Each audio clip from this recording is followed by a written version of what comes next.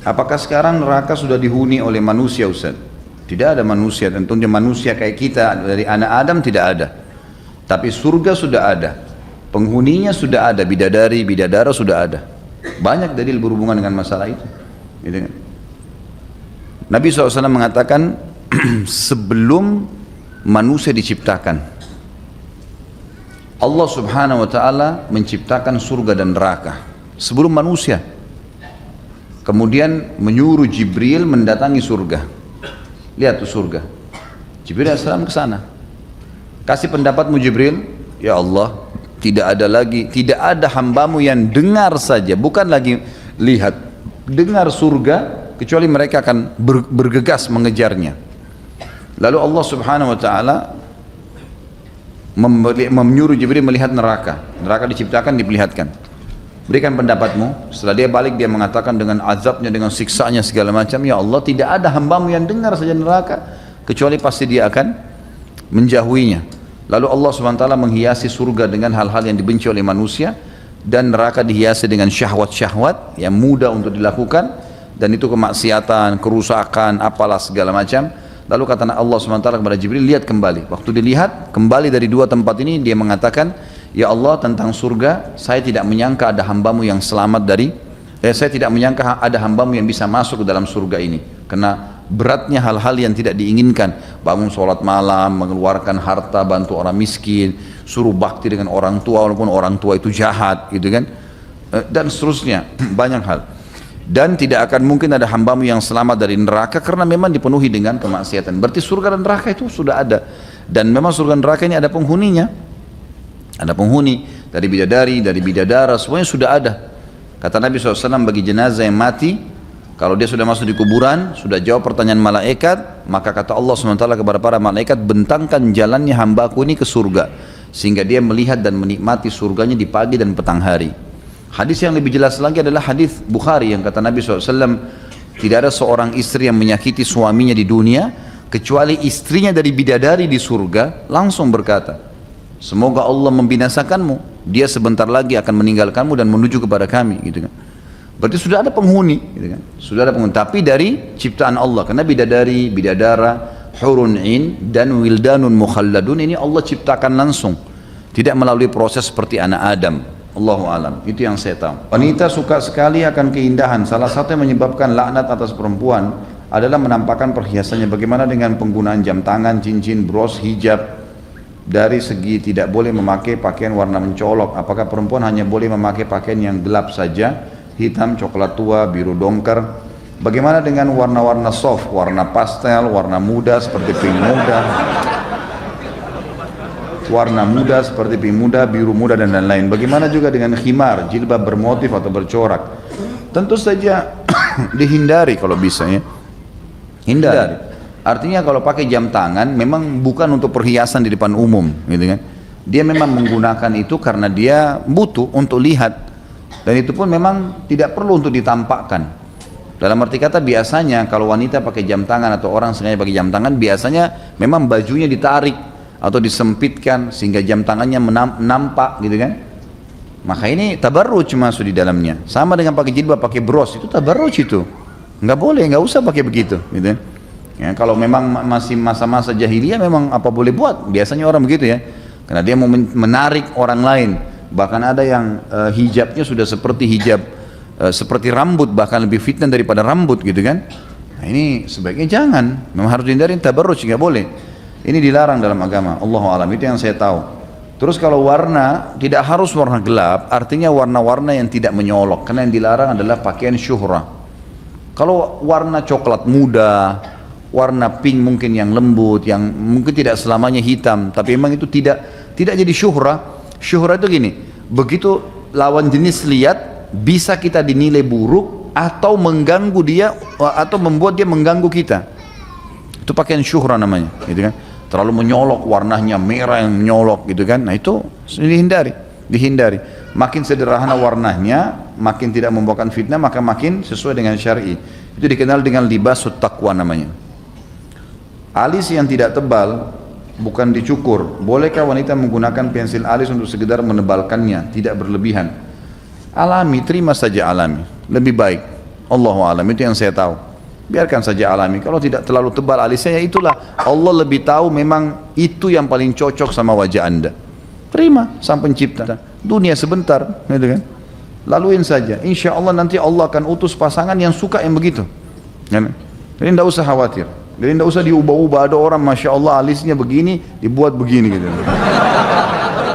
Entah untuk apa gitu. Syaitan hiasi seakan-akan bagus gitu kan. La ilaha illallah. Kalau punggung tangan wanita itu termasuk aurat bukan? Ya ini kalau Imam Syafi'i mengatakan tidak. Tapi kalau Imam Ahmad mengatakan termasuk aurat, gitu kan? Khilaf di antara mereka tentang masalah ini, dan insya Allah ini adalah sebuah khilaf yang positif saja ya, karena semua punya dalil. Imam Syafi'i mengatakan wanita itu semua aurat kecuali wajah dan telapak tangan. Beranjak daripada hadis Bukhari yang menjelaskan tentang masalah bolehnya wanita membuka wajah dan telapak tangan di sholat, dan bolehnya juga wanita membuka telapak tangan dan wajah pada saat dinazar, dilihat oleh laki-laki yang mau menikahinya. Nah beliau mengatakan di sini berarti hukumnya sunnah saja cadar itu. Dan ini juga didukung oleh Syekh Albani rahimahullah. Beliau menulis buku tentang sunnahnya menggunakan cadar dan bukan kewajiban. Tapi Syekh Tuwaijiri dan syekh-syekh yang lain, para ulama-ulama sekarang, banyak mereka mengatakan kembali kepada Imam Ahmad, mengatakan cadar itu dan kaos tangan wajib bagi wanita. Apalagi kalau wanita itu adalah fitnah, dasarnya punya kulit yang putih, memang fitnah, telapak tangannya dilihat jadi bagi fitnah bagi orang gitu kan. Wajahnya kalau dibuka malah berbahaya menjadi fitnah, maka ini sampai pada tingkat diwajibkan baginya untuk menutup dirinya dari fitnah. Karena tujuan hijab itu sebenarnya adalah menyelamatkan wanita dari fitnah. Allahu alam. Jadi ini insya Allah tergantung kondisi gitu kan. Kalau di sebuah lokasi itu umumnya orang sudah biasa kenal cadar, Anda pakai cadar. Artinya tidak disorotin lah ya, tidak menjadi subahanan. Itu lebih baik, lebih afdal, lebih sempurna. Karena Imam Syafi'i juga mengatakan tetap lebih afdal cadar dan kaos tangan gitu kan, tetap lebih afdal. Tapi hukumnya sunnah. Hukumnya sunnah. Tapi kalau Anda melihat memang dengan Anda pakai di situ ya ada masalah, ya sebaiknya Anda hindari. Yang penting jangan sampai melampaui batas minimal wajah dan telapak tangan. Ustaz, apakah boleh memotong atau mencukur rambut yang ada di bawah mulut? Apa hukumnya memanjangkan jenggot? Ya. Kalau di bawah mulut khilaf antara ulama apakah masuk jenggot atau tidak, gitu kan? Umumnya ulama memasukkan dalam kategori jenggot umumnya, gitu kan? Tapi ada juga yang mengatakan tidak. Tapi kalau hukum memelihara jenggot, hukumnya lebih cenderung jumhur ulamanya adalah wajib bagi laki-laki muslim. Sampai kata Aisyah radhiyallahu anha, perbedaan dasar antara laki-laki dan perempuan di jenggotnya. Karena kumis masih ada perempuan yang berkumis. Kalau laki-laki, kalau jenggot nggak mungkin ada perempuan berjenggot, gitu kan? Itu sudah perempuan palsu itu. Jadi pelihara jenggot ikhwah, kenapa? Walaupun jenggot antum cuma jenggot Pancasila nggak apa-apa, cuma 1-2 biji nggak apa-apa. Pelihara aja, lebih baik daripada tidak ada kan? Masih ada yang bisa dipegang, gitu kan? Pelihara itu sunnah. Kata Nabi SAW, cukurlah kumis kalian dan peliharalah jenggot kalian. Kalau ada yang bilang, oh nanti jelek kelihatan dan segala itu kan persepsi. Itu Anda persepsikan. Saya sudah kasih contoh tuh hari kan. Kalau ada orang pakai jas, kenapa dia percaya diri? Karena dia tanamkan persepsi di benaknya ini keren. Coba persepsikan jenggot panjang keren, nah itu hilang nanti itu. Kita tidak mengatakan lagi jelek. Istri saya waktu pertama nikah mungkin tidak tahu, Allah alam kaget atau enggak lihat jenggot saya gitu kan. Tapi lama-lama malah dia asyik lihat jenggot saya.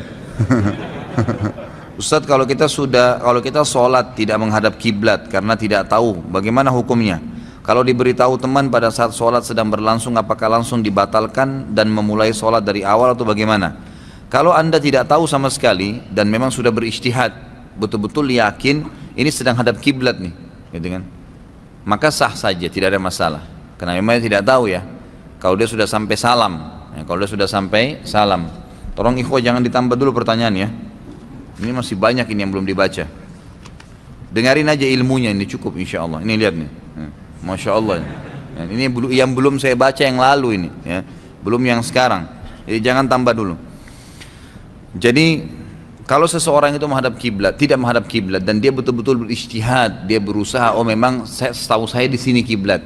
Tidak ada orang yang bisa ditanya sama dia, lalu dia Allah Akbar takbir. Sampai selesai salam, Nah, itu sudah selesai salam dia nggak tahu. Ada orang datang, ternyata kiblat dia sholat di situ kiblatnya ke arah sana, dia salah. Apakah dia harus mengulangi sholatnya? Kata ulama tidak perlu. Tidak perlu, karena dia memang beristihad awalnya, dia tidak tahu, gitu kan? Dia tidak tahu, maka tidak ada masalah. Dianggap orang yang tidak faham atau lupa, gitu kan? Seperti orang kalau lagi puasa lupa makan. Ya. Kalau pas lagi puasa, ada teman atau kerabat atau pasangan anda pas lagi makan, anda tahu dia puasa, jangan tiba-tiba dikagetin ya. Woi kamu nggak puasa, kesian nanti keselak. Biarin aja makan, tidak apa-apa. Sampai dia selesai hajatnya, jangan hasut, enak bener orang ini sudah makan 2 piring. Nggak apa-apa, biarin aja, gitu kan? Nggak apa-apa. Karena kata Nabi SAW, siapa yang berpuasa lalu dia makan karena dia lupa, dia minum karena dia lupa, maka dia lanjutkan puasanya. Karena sesungguhnya Allah yang telah memberikan makan dan minum padanya, gitu kan? Jadi tidak usah diingatin, biarin aja, nggak ada masalah.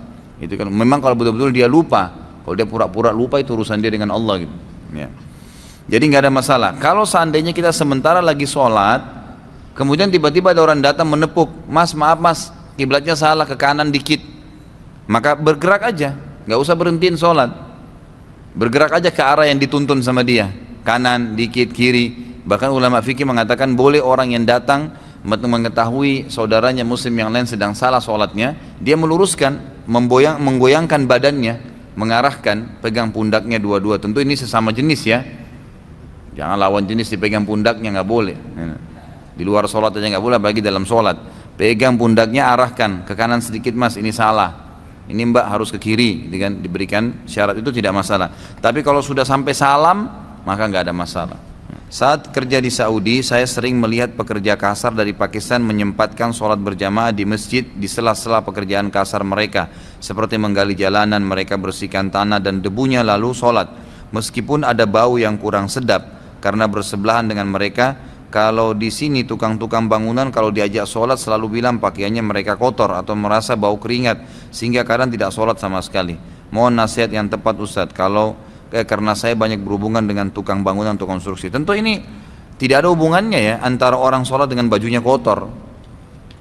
Sama dengan orang lagi jihad, penuh darah bajunya, sholat aja. Enggak, itu bukan najis. Kita tidak boleh pakai pakaian atau sejadah tempat sholat kalau jelas-jelas ada najisnya. Kalau jelas-jelas ada najisnya, saya kira tanpa pertanyaan. Jazakallah khair. Kalau jelas-jelas ada najisnya, itu baru tidak boleh. Tapi kalau cuma kotor, keringat, nggak masalah, jangan kehilangan waktu, gitu kan? Makanya dianjurkan kalau bisa pada saat berwudu, apalagi alhamdulillah masjid kita kayak sekarang ini sangat luar biasa ya. Kalau saya nggak malu ikhwas sekalian, saya selalu bawa kemana-mana tas saya atau ada kresek, saya bawa baju ganti. Saya kalau dari pengajian ke pengajian, mampir di masjid mana, saya mandi, saya sholat, mandi di situ, saya wudu, bersihin badan, segar kembali, baru saya masuk ke pengajian saya. Nggak ada aib di situ, malah bagus itu. Lalu sering gunakan roll on, sering gunakan pewangi badan, itu sunnah Nabi SAW. Kata Nabi, terutama laki-laki ya, kata Nabi SAW, dicintakan kepadaku dunia ini karena adanya wanita dan adanya minyak wangi.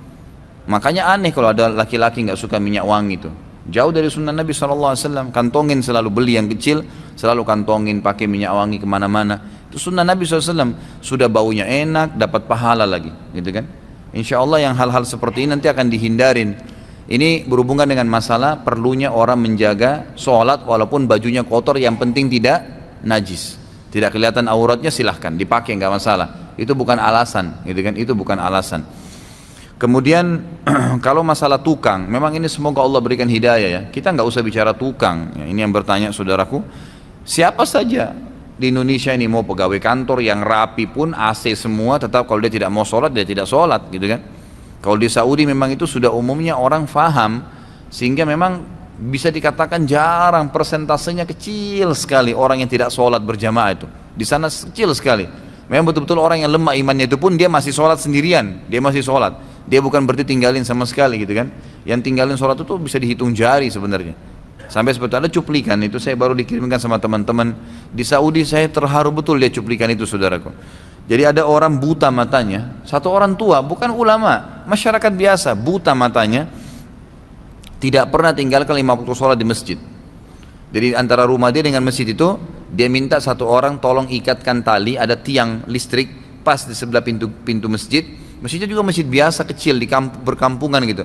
Diikat tali di situ, tali itu panjang ditaruh jalan di tanah. Yang artinya diletakkan di tanah sampai depan pintunya dia. Jadi kalau orang buta ini mau ke masjid, dia keluar dari pintunya, dia pegang tali itu terus ditarik sama dia, jadi kencang talinya, lalu dipegang sama dia, menuntun dia sampai ke masjid. Buta, nggak ada yang tuntun, sendirian tinggal di rumahnya, tapi tidak tinggalin 5 waktu sholat di masjid. Ada cuplikan yang lain luar biasa, ikhwah.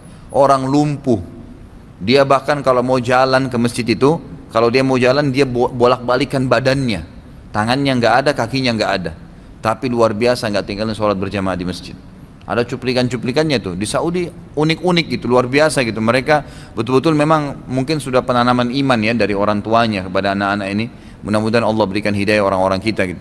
Ya ini pekerja-pekerja kasar, bukan cuma sholat, Ramadan nggak puasa, gitu kan? Padahal di Saudi itu orang puasa semua walaupun bekerja keras gitu kan. Mereka tetap puasa, buka puasa rame-rame gitu, tidak mengganggu. Dan ini memang sunnah Nabi SAW, dan itu kan tergantung sugestinya. Kalau kita puasa, kemudian sudah disugesti awalnya negatif, sebentar jam 11 saya haus nggak ya? Saya lapar nggak ya? Ya haus dan lapar benar. Tapi kalau kita memang niatnya sugesti, niat itu sebenarnya sugesti ya. Sugestinya dia, saya insya Allah sampai azan maghrib tahan, insya Allah sampai isya pun saya tidak lapar. Memang benar, insya Allah kan seperti itu. Mungkin buka puasa cuma seteguk air, makan kurma cukup buat dia, habis isya, habis tarawih baru dia makan. Ada orang begitu, nggak ada masalah buat dia. Itu kan, jadi tergantung niatnya. Sumpah pocong nggak ada dalam Islam, dan saya sudah bilang ada hukum li'an, saling melaknat, dan sudah saya jelaskan beberapa teman yang lalu masalah ini. Yang menuduh bersumpah 4 kali atas nama Allah kalau yang sedang dia tuduh betul-betul selingkuh atau berzina, suami istri ya.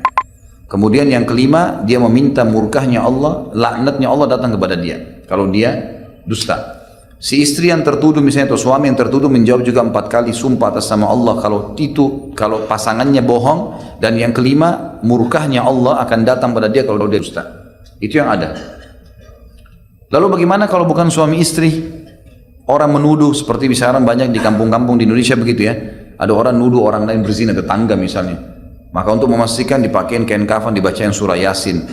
Banyak teman-teman kita muslimin, semoga Allah kasih hidayah di Indonesia ini. Yang penting ada zikirnya, yang penting ada ayat Qur'annya. Mau ada perintah, ada perintah, terserah. Ini gak boleh teman-teman sekalian. Datangkan satu riwayat buat kami kalau memang Nabi SAW pernah ikat sahabat dengan kain kafan lalu dibacain surah Yasin. Ada nggak pernah riwayatnya? Kan gitu. Kita kan punya syariat jelas. Kenapa kok harus berbuat hal-hal yang tidak ada perintahnya?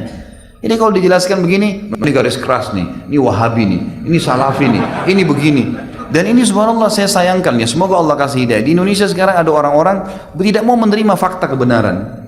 Kalau itu benar teman-teman, terima. Jangan kesannya diadu. Sekarang di YouTube tuh diadu. Foto ini diangkat, foto saya diangkat, fotonya Ustadz siapa diangkat. Nih, terus ditulis pertama dicuplikan, ini bukan niatnya mau mengadu domba. Terus niatnya apa? Ya akhi, kalau Ustadz A punya pendapat, hormati pendapatnya. Saya pribadi menghadapi pendapat itu, gitu kan? Pada saat dibahas orang tua Rasulullah di surga atau di neraka, baik pendapat Imam Nawawi di neraka. Imam Suyuti mengatakan bukan di neraka. Ini bukan pendapat saya, bukan pendapat ustadz yang lain. Ini pendapat para ulama besar. Lalu kenapa harus diadu? Kesannya ini ada 2 kelompok Islam. Ini orang-orang yang tidak bertanggung jawab, ini berbahaya. Umat ini terombang-ambing. Padahal niatnya diangkat itu bukan untuk menyalahkan, bukan untuk menyodorkan, mengangkat pendapat, gitu kan? Kalau antum misalnya punya pendapat, antum merasa benar, jalankan, silahkan. Semua bertanggung jawab di depan Allah. Saya sudah bahasakan teman-teman di muka bumi ini seperti orang yang sedang belanja di supermarket. Ambil apa sepuas antum, pilih merek apa saja, tapi lewat kasir. Pasti. Ucapin kalimat tanggung jawab hari kiamat. Ajarin salah umat tanggung jawab hari kiamat. Kan begitu. Teman-teman yang coba mendakwakan sunnah ini lebih hati-hati saja. Ada dalilnya kerjakan, tidak ada jangan dikerjain, berbahaya, kan gitu. Untuk lebih hati-hati. Kenapa harus disorotin? Kenapa harus dianggap salah? Masalahnya, dan ini kayak diadu, kesannya diadu. Bukan. Kalau antum merasa nggak apa-apa, sampaikan aja, lolosin aja, sudah fadhal, silahkan, lakukan saja, semua tanggung jawab kan. Tapi jangan saling menyalahkan, kan begitu. Tujuannya hanya itu kok, ya. Allahu a'lam. Mudah-mudahan Allah memberikan umat Islam di Indonesia ini petunjuk yang benar. Ya. Apa yang baik dilakukan menurut Islam apabila mau pindahan atau sudah pindahan rumah? Apa perlu diadakan syukuran untuk pengajian? Setahu saya tidak usah, nggak perlu. Jadi tidak pernah ada riwayat disebutkan untuk Nabi SAW baru bangun Masjid Nabawi atau Masjid Kuba, kemudian buat acara syukuran. Belum ada sebenarnya itu. Jadi ringankan aja saudaraku, ringankan aja, nggak ada masalah. Nggak ada istilah nanti jadi bala, jadi masalah kalau nggak syukuran, nggak ada kok. Gitu kan? Tapi kalau seseorang sebagai tanda syukur kepada Allah Subhanahu Wa Taala, dia mau menyembelih hewan, kemudian memberikan makan orang miskin, mungkinlah. Atau memanggil kerabatnya untuk datang, ini sebagian ulama mengatakan sudah ada. Tapi jangan dianggap bagian daripada syariat ya. Karena tidak pernah disebutkan riwayat Nabi SAW pada saat tinggal di rumah beliau, atau beliau menikah dengan istri yang baru, beliau pada saat poligami, lalu beliau belikan atau siapkan rumah untuk istri yang barunya, kemudian dirayakan, tidak ada. Waktu Nabi SAW menikah dengan Sofia, waktu menikah dengan Zainab, mantan istrinya Zaid bin Haritha, itu kan, beliau SAW menyiapkan tempat, kemudian untuk rumah Zainab, kemudian beliau mengundang sahabat untuk makan saja pada saat itu. Karena ada momen walimanya, ya. Ada memang perintah untuk memberikan makan orang kalau sedang acara pernikahan. Lalu kemudian Nabi SAW sudah selesai, sahabat bubar sudah selesai. Nggak ada momen khusus merayakan karena pindah rumah. Itu makan pun makannya karena diperintahkan. Kata Nabi SAW kepada Abdurrahman bin Auf, pada saat beliau sudah pakai baju baru, kata Nabi SAW, ada apa Abdurrahman? Kayaknya kau sudah berubah keadaan kamu. Dia bilang, iya Rasulullah, saya baru menikah dengan wanita Ansar. Kata Nabi SAW, apa yang kau kasih? Dia bilang, saya kasih segumpal, ya, gumpalan emas, gitu kan. Lalu kata Nabi SAW, awlim walau bisyad, iklanin walaupun dengan seekor kambing saja. Artinya undang orang, tapi acara perkawinan, gitu kan. Kalau pindah rumah nggak ada hadis yang menyebutkan masalah itu. Bagaimana solusi untuk pengusaha muslim jika butuh modal, sedangkan bank syariah sendiri pun terlibat riba? Apakah boleh pengusaha muslim meminjam modal kepada bank syariah karena urgensi sudah tidak ada lembaga keuangan murni? Kalau saya sarankan, pertama berdoa kepada Allah Subhanahu Wa Taala, murni, tulus berdoa kepada Allah agar diberikan jalan keluar. Ini luar biasa, banyak sekali kisah berhubungan dengan masalah ini. Yang kedua, coba bicara sama individu. Lebih baik bicara sama individu. Ini pengalaman saya, ikhwah. Subhanallah, dari pertama saya buka usaha, tahun 2003 saya mulai buat perusahaan Ajwad itu, kemudian saya ekspor kayu gaharu ke Saudi. Belum pernah saya pakai modal dari luar, belum dari instansi perbankan. Alhamdulillah belum pernah. Selama itu saya cuma tawarin kepada jemaah pengajian, kepada keluarga saya, kemudian ada yang ikut satu-satu, mulai dari modal yang ada saya amanahkan, jaga dengan baik, kemudian berputar, Allah berkahi. Akhirnya kemudian baru berkembang ke buka usaha-usaha yang lain. Saran saya coba ke secara individu dan minta kepada Allah petunjuk. Yang kita sayangkan ini ikhwah, kita banyak ini mau berdoa kalau lagi sakit parah, itu kan baru berdoa sama Allah. Tapi kalau untuk minta modal, kayaknya nggak mungkin deh sama Allah, gitu kan? Kalau mau minta mobil mewah, kayaknya nggak mungkin sama Allah. Ya, ini semuanya ikhwah. Apapun yang kita minta kepada Allah Subhanahu Wa Taala, apapun sifatnya. Kalau perlu kancing baju putus, ya Allah coba gantiin yang sama, nggak apa-apa. Minta sama Allah, Allah akan berikan nanti jalan keluar, dapat toko dan bisa dapat yang sama, gitu kan? Itu dengan izin Allah. Jadi jangan terlalu sempitkan ya berdoa sama Allah Azza wa Jalla.